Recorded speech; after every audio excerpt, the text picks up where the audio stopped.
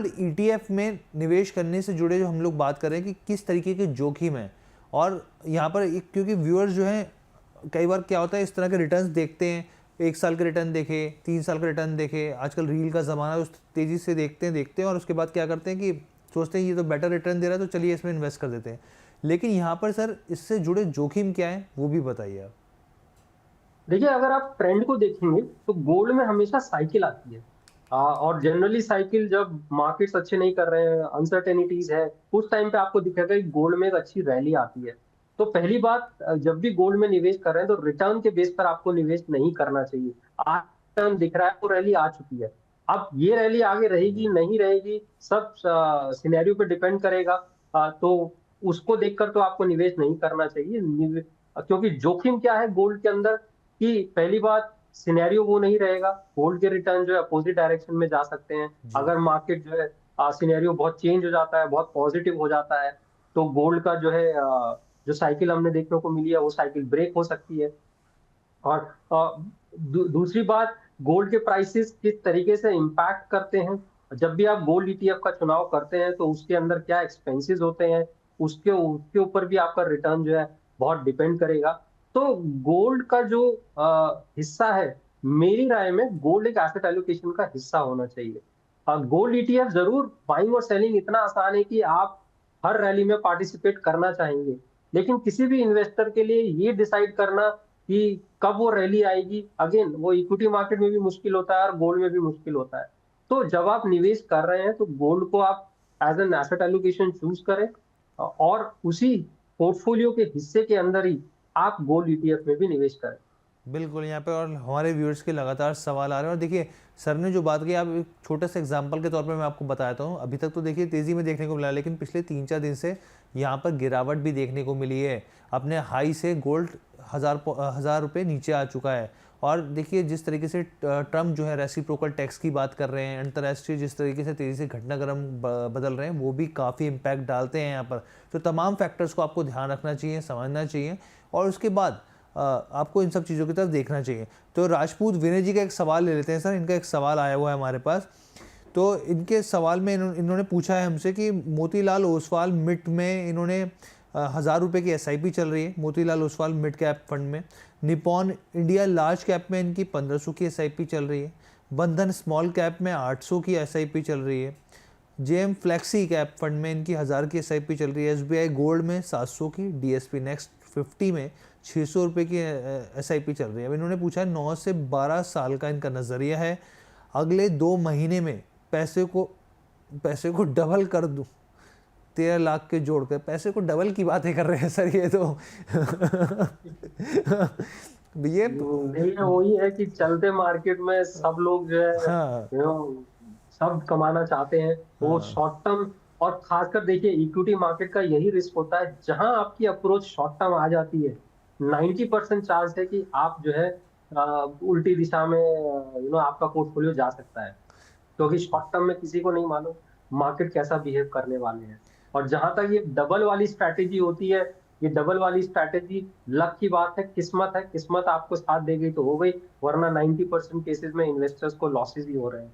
तो अगर 9 से 10 साल का इनका हॉराइजन है तो आप उस हॉराइजन पे इंटैक्ट रखिए और उस हॉराइजन को देखते हुए अपना पोर्टफोलियो बनाइए। दूसरी बात, मेरा हमेशा ये मानना है कि आप नंबर ऑफ स्कीम इंक्रीज करके कंट्रीब्यूशन को छोटे छोटे अमाउंट में ब्रेक करके बहुत आप कमा नहीं पाते हैं, आप डाइवर्सिफिकेशन नहीं ले पाते हैं, आप unnecessary number of hands add कर देते हो और फिर आपकी सोच वही हो जाती है। तो होता क्या है कि आप 5000 को इतना ब्रेक कर देते हैं कि कल को 50,000 भी निवेश करेंगे तो उसको नंबर ऑफ फंड्स में आप ब्रेक कर देंगे। तो जी मेरा यह मानना है, जितना भी कॉन्ट्रीब्यूशन है, 5,000 है या 10,000 है, आप उसको 2-3 स्कीम में डिवाइड कीजिए, कैटेगरी चूज करिए अपने रिस्क एपेटाइट को देखते हुए। आप एसेट एलोकेशन नहीं कर सकते तो एसेट एलोकेशन फंड्स का भी चुनाव कर सकते हैं। लार्ज कैप में जरूर निवेश करिए, ये मेरा मानना है। तो एक एफिशिएंट पोर्टफोलियो बना सकते हैं। और अप्रोच लॉन्ग टर्म अगर आपने निवेश किया है तो फिर लॉन्ग टर्म ही अप्रोच रखिए। लॉन्ग टर्म की अप्रोच को जहां शॉर्ट टर्म में लेके आएंगे तो शायद आप सबसे बड़े जोखिम में बैठेंगे। बिल्कुल सर। और मुझे याद है किसी पॉलिटिशियन ने कहा था कि मैजिकल बैंग, जादू की छड़ी नहीं होती। महंगाई के लिए बोला था एक टाइम पे, ये बयान आया था, लेकिन शेयर मार्केट में भी बहुत लोग यही समझ के आते हैं कि जादू की झड़ी है और पैसे डबल हो जाएंगे, ऐसा होता नहीं है। लेकिन अच्छा सर, लेकिन 13 लाख अगर ये जोड़ना चाहते हैं तो जैसे जिस तरीके से मोतीलाल ओसवाल की बात करी, इन्होंने निपॉन इंडिया लार्ज की बात की, बंधन स्मॉल की बात करी, जेएम फ्लैक्सी की बात करी, एसबीआई गोल्ड यहाँ पे और डीएसपी नेक्स्ट 50 की बात करी, तो आपको लगता है जो इन्होंने 1-1 हज़ार की एसआईपी कर रखी है यहाँ पर 13 लाख का अमाउंट जुड़ जाएगा अगर लंबा नजरिया हो तो? देखिए, लंबा नजरिया हो तो जरूर जुड़ सकता है।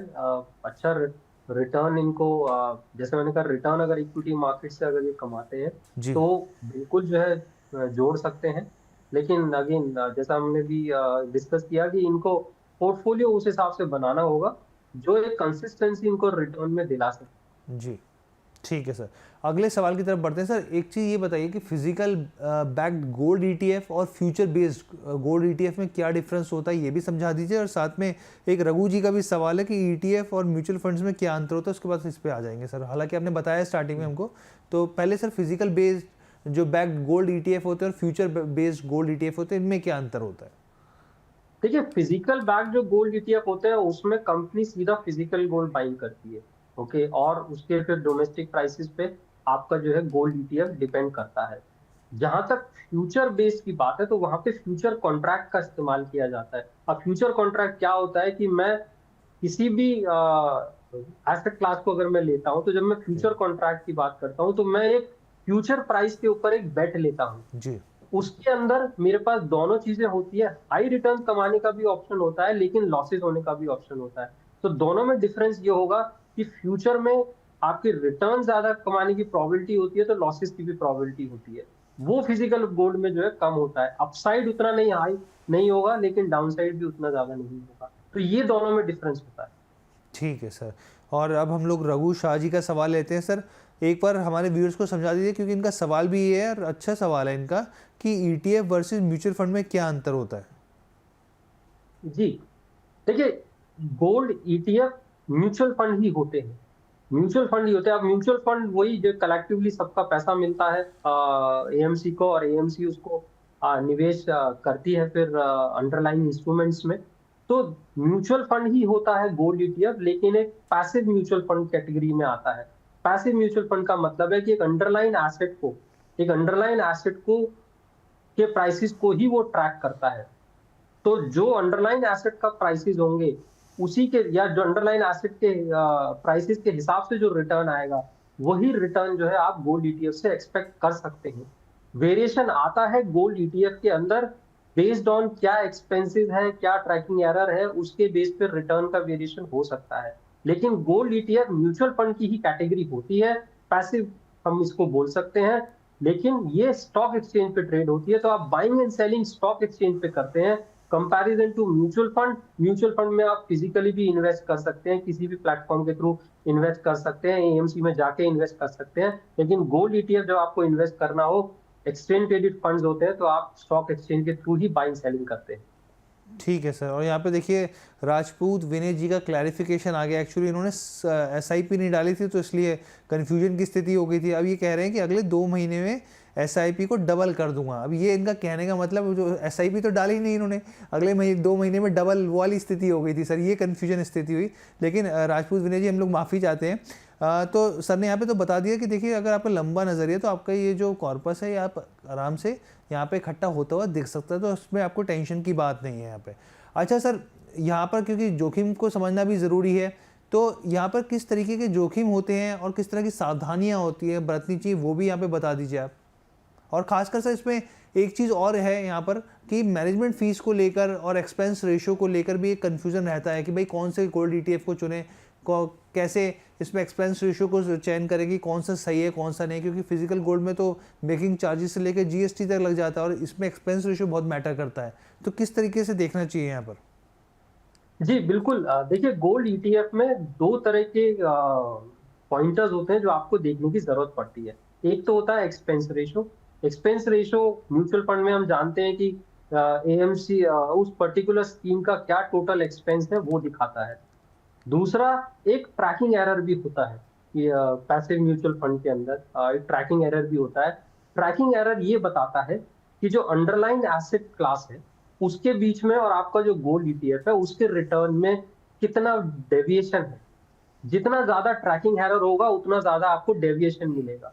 डेविएशन इस रिस्पेक्ट में कि फिजिक की जो गोल्ड बुलियन प्राइसेस है उसके मुकाबले आपका गोल्ड ईटीएफ का रिटर्न कम हो सकता है।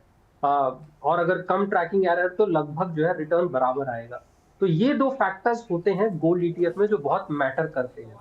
लो ट्रैकिंग एरर अगर होगा आपके गोल्ड ईटीएफ का तो आप जो है आपका ज्यादा एफिशिएंट गोल्ड ईटीएफ में निवेश होगा। तो जब भी निवेश करते हैं गोल्ड ईटीएफ के अंदर तो इन दो फैक्टर्स को जरूर देखा जाता है। ठीक है सर। यहाँ पर एक बार हम लोग अपने व्यूअर्स को बता दें, क्योंकि देखिए लगातार हमारे पास सवाल आ रहे हैं लाइव स्ट्रीमिंग के दौरान। हम एक बार आपको व्हाट्सअप नंबर भी फ्लैश कर देते हैं ताकि आप इस नंबर को सेव कर लीजिए। आपके सामने स्क्रीन पर टाइमिंग्स भी है, सोमवार से लेकर शुक्रवार रोज़ाना शाम को 4 बजे आप हमारे साथ जुड़ सकते हैं। नंबर है 9354027995। इस नंबर को आप नोट कर लीजिए और अपने सवाल ज़रूर भेजिए। हम लोग पूरी कोशिश रहेगी कि शो के दौरान आपके सवालों को इनकॉर्पोरेट करने की, दिग्गज एक्सपर्ट जो जुड़ेंगे आपके सवालों का जवाब देने की यहाँ पे कोशिश की जाएगी। अब हम लोग एक सवाल और मैं आपसे यहाँ पे पूछना चाहता हूँ कि सर, निवेशकों को जो गोल्ड ईटीएफ सोच रहे हैं कि भाई उसमें इन्वेस्टमेंट किया जाए, उसको चयन करने के लिए किस तरह की यहाँ पे स्ट्रेटेजी अपनानी चाहिए? देखिए गोल्ड ईटीएफ जब आप बाय करते हैं, हालांकि जैसे मैंने कहा पैसिव फंड है और गोल्ड ईटीएफ डिफरेंट कंपनीज के गोल्ड ईटीएफ है, तो सबके अंदर अंडरलाइंग एसेट क्लास एक ही है, तो रिटर्न में सब कंपनीज के बहुत ज्यादा वेरिएशन नहीं होना चाहिए। लेकिन जैसा मैंने कहा दो फैक्टर्स हैं जो रिटर्न को वेरी कर सकते हैं। एक्सपेंस रेशियो कौन सी कंपनी कितना चार्ज करती है, ट्रैकिंग एरर कितना है। तो ये दो फैक्टर्स जो है आपको देखते हुए आपको गोल्ड ईटीएफ का चुनाव करना चाहिए। तीसरा, वॉल्यूम पे बहुत कुछ डिपेंड करेगा। जिस गोल्ड ईटीएफ में आपको ज्यादा वॉल्यूम दिखाई देगा उसमें आप एक्सपेक्ट कर सकते हैं कि ज्यादा बाइंग और सेलिंग होती है। तो वॉल्यूम ज्यादा आपकी लिक्विडिटी को इम्पैक्ट करता है। जितना ज्यादा वॉल्यूम आपको दिखेगा उतनी ज्यादा इजी लिक्विडिटी अवेलेबल होगी, यानी कि उतनी जल्दी आप गोल्ड ईटीएफ को सेल कर पाएंगे।